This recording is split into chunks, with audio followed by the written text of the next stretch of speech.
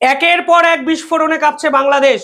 শেষ দুদিনে বাংলাদেশের পরিস্থিতি এতটাই খারাপ জায়গায় চলে গেছে যে রাস্তায় সেনাকে নামাতে বাধ্য হলেন মোহাম্মদ ইউনূস, এবং স্কুল, কলেজ, অফিস, আদালত সব কার্যত বন্ধ। মোহাম্মদ ইউনূসের প্রশাসনের পক্ষ থেকে ঘোষণা করা হয়েছে আপাতত স্কুল নাকি অনলাইনে চলবে। তবে শেখ হাসিনার ভারতে আসার 1 বছরের মধ্যে বাংলাদেশের যে চিত্র আন্তর্জাতিক স্তর দেখলো, তাতে একটা জিনিস পরিষ্কার হয়ে গেছে যে এই বাংলাদেশকে সামলাতে কার্যত ডাহা ফেল করেছেন মোহাম্মদ ইউনূস। শুধুমাত্র ভারত বিরোধিতা, ভারতের বিপক্ষে একাধিক স্টেটমেন্ট, ভারতকে উস্কানিমূলক মন্তব্য দিয়ে আঘাত করার চেষ্টা, কিন্তু দিনের শেষে নিজের দেশ কার্যত জ্বলছে, যে জ্বলন থামানোর কোনো রেমেডি অন্তত এই মোহাম্মদ ইউনূসের কাছে নেই। দেখুন, ঘটনার সূত্রপাত শেখ হাসিনাকে কেন্দ্র করে একটি রায় দেওয়াকে কেন্দ্র করে। শেখ হাসিনার বিপক্ষে একাধিক মিথ্যে মামলা এই মোহাম্মদ ইউনূস সরকার করেছিল, এবং তার রায় 17ই নভেম্বর বেরোনোর কথা। বাংলাদেশের the international crimes tribunal court, যে কোর্ট 2009 সালে শেখ হাসিনা বানিয়েছিলেন, সেই আন্তর্জাতিক ট্রাইব্যুনালেই কিন্তু শেখ হাসিনার বিচার হয়েছে। এবং এই বিচার মানে বুঝতেই পারছেন, প্রেডিক্টেবল বিচার, এবং বিচারের শেষে কি রায় হবে সেটাও সকলে জানতো। 17ই নভেম্বর সেই রায় অফিসিয়ালি ঘোষণা করা হবে আন্তর্জাতিক ট্রাইব্যুনাল কোর্ট থেকে। দেখুন, নাম আন্তর্জাতিক ট্রাইব্যুনাল কোর্ট, কিন্তু আসলে এর কোনো আন্তর্জাতিক স্তরে কিন্তু গ্রহণযোগ্যতা নেই। বাংলাদেশের একটি কোর্ট নাম দিয়ে দিচ্ছে আন্তর্জাতিক ট্রাইব্যুনাল কোর্ট, হোয়াট এভার। এই 17ই নভেম্বর যখন জাজমেন্ট বেরোবে, তার আগে শেখ হাসিনার দল আওয়ামী লীগ বাংলাদেশ জুড়ে লকডাউন কর্মসূচি ঘোষণা করে। এবার মোহাম্মদ ইউনূস কি ভেবেছিলেন আওয়ামী লীগকে যদি নিষিদ্ধ ঘোষণা করে দেন, তাহলে আওয়ামী লীগের অস্তিত্বটাই বাংলাদেশ থেকে উঠে যাবে। কিন্তু মোহাম্মদ ইউনূসের মতো এক ব্যক্তি বোঝেনি যে দল নিষিদ্ধ হতে পারে, কিন্তু দলের যে আবেগ, একটা দলের প্রতি মানুষের যে শ্রদ্ধা, যে ভালোবাসা, সেটা মানুষের মন থেকে কিভাবে তিনি নষ্ট করবেন। আওয়ামী লীগকে বাংলাদেশের 2 কোটির বেশি মানুষ ভোট দেয়। একটি দলকে নিষিদ্ধ ঘোষণা করা মানে বাংলাদেশ থেকে কি 2 কোটি মানুষ নিষিদ্ধ হয়ে যাবে?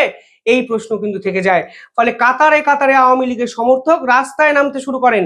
মোহাম্মদ ইউনূস থামাতে কার্যত হিমশিম খায়। তার ছাত্র নেতারা কিছু জায়গায় পাল্টা অ্যাটাক করে, কিছু জায়গায় এই ভিডিও সামনে এসছে যে একজন মহিলা জয় বাংলা স্লোগান দিয়েছিল বলে তাকে রাস্তায় ফেলে মারা অবধি হয়। অর্থাৎ ভায়োলেন্সের চরম জায়গায় বাংলাদেশ সরকারকে নিয়ে যাওয়ার যাবতীয় চেষ্টা মোহাম্মদ ইউনূস করেছেন এবং করছেন।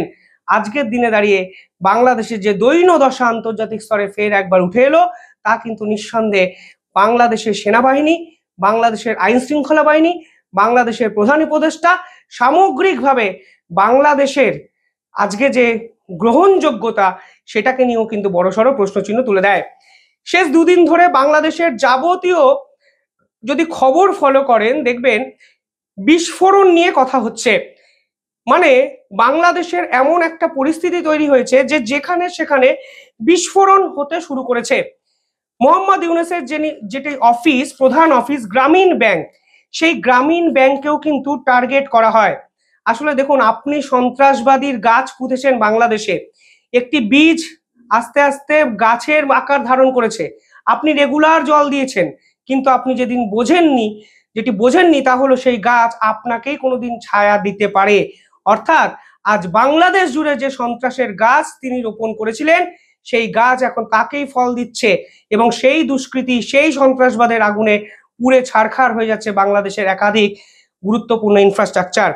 প্রথম বিস্ফোরণটি হয় মন্ডে ইভিনিং, অর্থাৎ এই সপ্তাহের শুরুতে। সে সময় বাংলাদেশের বেতার রেডিও যে স্টেশন আছে, সেখানে প্রথম ককটেল বিস্ফোরণ হয়। তারপরে সেদিনই 7:45 সেখানে আরো 3টি বিস্ফোরণ হয় বাংলাদেশের শাহ আলী মার্কেট মিরপুরে। 3:45 ভোর রাতে বিস্ফোরণ হয় মোহাম্মদ ইউনূসের অফিসকে কেন্দ্র করে গ্রামীণ ব্যাংক। অর্থাৎ মোহাম্মদ ইউনূসকে কিন্তু টার্গেট করে ফেলেছে যারা টার্গেট করার তারা। এবং সেই দিনই সকাল 7:10 মোহাম্মদ ইউনূসের প্রধান উপদেষ্টা ফরিদা আক্তার, যিনি মৎস্য উপদেষ্টা, তার যে আউটলেট, সেই আউটলেটের নাম হলো প্রবর্তন, সেইখানেও কিন্তু বিস্ফোরণ করানো হয়, এবং পরবর্তীকালে রাপা প্লাজাতেও বিস্ফোরণ হয়।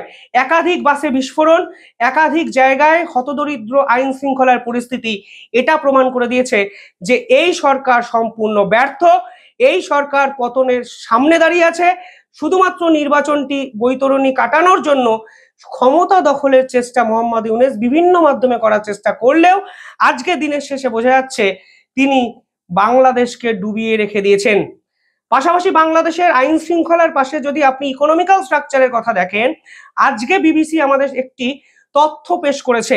আমি ডিটেইলিং এর রিপোর্ট এটা করব, আজকে একটু উপর আপনাদের জানিয়ে দিই। সেখানে বলা হচ্ছে বাংলাদেশে ধারের পরিমাণ 21 ট্রিলিয়ন টাকায় পৌঁছেছে, শেষ 10 বছরে সর্বাধিক।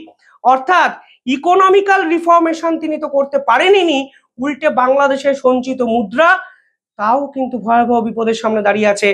দেশ অর্থনৈতিকভাবে দেউলিয়া ঘোষণার মুখে, মুদ্রাস্ফীতি চরমে, বস্ত্রশিল্প, যে বস্ত্রশিল্প বাংলাদেশের জিডিপিকে নিয়ন্ত্রণ করে সেটা বন্ধ। রেমন্ডস, যারা একের পর এক বড় বড় ব্র্যান্ড বাংলাদেশ থেকে দূরে সরে ভারতবর্ষে চলে এসছে, 1000 কোটি টাকার বস্ত্রশিল্পের অর্ডার ভারত এবছর পেয়েছে ক্রিসমাস এবং নিউ ইয়ার বাবদ। ফলে বাংলাদেশের অর্থনৈতিক পরিকাঠামো কার্যত বেহাল। সেখানে দাঁড়িয়ে মোহাম্মদ ইউনূস দেশ গঠনের মিথ্যে বুলি আওড়ে যাচ্ছেন। কালকে মোহাম্মদ ইউনূসের পক্ষ থেকে একটি স্টেটমেন্ট এসছে, সেখানে তিনি হুমকি আর হুঁশিয়ারি দিয়ে বলেছেন ভারতের মিডিয়াকে তিনি ব্যান করবেন। এবার বোঝার চেষ্টা করুন, বাঁচার জন্য সেই ভারত বিরোধিতা, বাংলাদেশে যেন কিছুই হচ্ছে না, সব ভারতের মিডিয়া প্রচার করে বাংলাদেশের জনগণকে নাকি উস্কাচ্ছেন। কালকে বাংলাদেশের পক্ষ থেকে ভারতের হাই কমিশনারকে ডাকা হয়েছিল। কেন ডাকা হয়েছিল? কারণ শেখ হাসিনা ভারতবর্ষে বসে একাধিক ইন্টারভিউ দিচ্ছেন, ভারত এটাকে কিভাবে অ্যালাউ করছে। শেখ হাসিনার ইন্টারভিউর পরেই নাকি বাংলাদেশ অশান্ত হচ্ছে। শেখ হাসিনা এমন কথা বলছেন যার ফলে রাস্তায় নেমে আসছে সাধারণ মানুষ। অদ্ভুত দাবি করে মোহাম্মদ ইউনূস ভারতকে সরাসরি বলেছেন শেখ হাসিনা ভারতে আছেন, অসুবিধা নেই, কিন্তু উনি যেন কোনো ইন্টারভিউ না দেন। প্রথমত শেখ হাসিনা ভারতের জেলে নেই, উনি কোনো কয়েদি নন, উনি আসামি নন, উনি বাংলাদেশের এখনো প্রধানমন্ত্রী, কারণ উনি নির্বাচিত হয়েছেন। মোহাম্মদ ইউনূস নির্বাচিত প্রধানমন্ত্রী নন। শেখ হাসিনা ভারতের অতিথি, আমার ঘরে অতিথি এসছে, আর সেই অতিথি কোথায় কি বলবে সেটা নিয়ন্ত্রণ ভারত করতে পারে না। কি অদ্ভুত ডিপ্লোমেসি বাংলাদেশ সরকারের, যে তারা ভারতকে মেসেজ করে বলছেন, মানে চিঠি লিখে বলছেন যে শেখ হাসিনার মুখ বন্ধ করুন। এটা কোনোদিন হতে পারে? আমি জানি না কোন ইউনিভার্সিটি থেকে তিনি পড়াশোনা করে এই ধরনের বিদেশ নীতিকে আরোপ করার চেষ্টা করেছেন, আমার সত্যি কোনো আইডিয়া নেই। আমি আপনার বাড়িতে গেছি, আমি আপনার বাড়িতে অতিথি, আমি কোন কথা বলবো কি বলবো না আপনি কি ডিসাইড করতে পারেন? পারেন না। ফলে ভারতও কিন্তু শেখ হাসিনাকে ন্যূনতম কন্ট্রোল করার চেষ্টা করেনি, উল্টে শেখ হাসিনাকে যেখানে রেখেছেন দিল্লিতে, সেই অভিজাত জায়গায় নেতা মন্ত্রী সাংসদরা থাকে। অর্থাৎ শেখ হাসিনাকে যথাযথ সম্মান যে বাংলাদেশের মোহাম্মদ ইউনূস দেননি, তার থেকে অনেক বেশি সম্মান ভারত দিয়ে বুঝিয়ে দিয়েছে বন্ধুর পাশে এইভাবেই ভারত ছিল, আছে ও থাকবে। পাশাপাশি যে খবর সামনে আসছে সেখানে বলা হচ্ছে বাংলাদেশের মোহাম্মদ ইউনূস সরকার এবার তাদের ন্যাশনাল সিকিউরিটি অ্যাডভাইজার খলিলুর রহমানকে ভারতে পাঠাচ্ছেন, ভারতবর্ষের ন্যাশনাল সিকিউরিটি অ্যাডভাইজার অজিত দোভালের সঙ্গে একটি মিটিং করার জন্য। এবং আপনারা শুনলে অবাক হবেন, এই মুহূর্তে দিল্লিতে 19 থেকে 20 তারিখ, এই দুদিন এখানে একটি কলম্বো সিকিউরিটি কনক্লেভ অনুষ্ঠিত হবে, যেখানে একাধিক দেশের প্রতিনিধিত্বরা থাকবেন। এবং মোহাম্মদ ইউনূস সরকার যতই মুখে ভারত বিরোধিতা করুক না কেন, ভারতকেই তাদের বেছে নিতে হচ্ছে বাংলাদেশের স্থিতিশীল অবস্থা ফিরিয়ে আনার জন্য। মনে করা হচ্ছে অজিত দোভালের সঙ্গে একটি মিটিং বাংলাদেশের national security adviser Khalilur Rahman করবেন। এই খলিলুর রহমান হলো ক্লিন্টনের দালাল, এই খলিলুর রহমান হলো ডিপ স্টেটের এজেন্ট। এই খলিলুর রহমান আর মোহাম্মদ ইউনূস কিন্তু দিনের পর দিন আমেরিকার ষড়যন্ত্রকে বাংলাদেশের মাটিতে বাস্তবে পরিণত করেছেন আইএসআই এর সঙ্গে হাত মিলিয়ে। সেই খলিলুর রহমানকে এখন ভারতে আসতে হচ্ছে অজিত দোভালের সঙ্গে মিটিং করার জন্য, কারণ বুঝতে পেরে গেছেন বাংলাদেশের সরকার যে ভারত যদি পাশে না থাকে তাহলে একটি লকডাউন নয়, সরকারের ঝাঁপই হয়তো বন্ধ হয়ে যাবে এবং সেই দিনই হয়তো আসন্ন।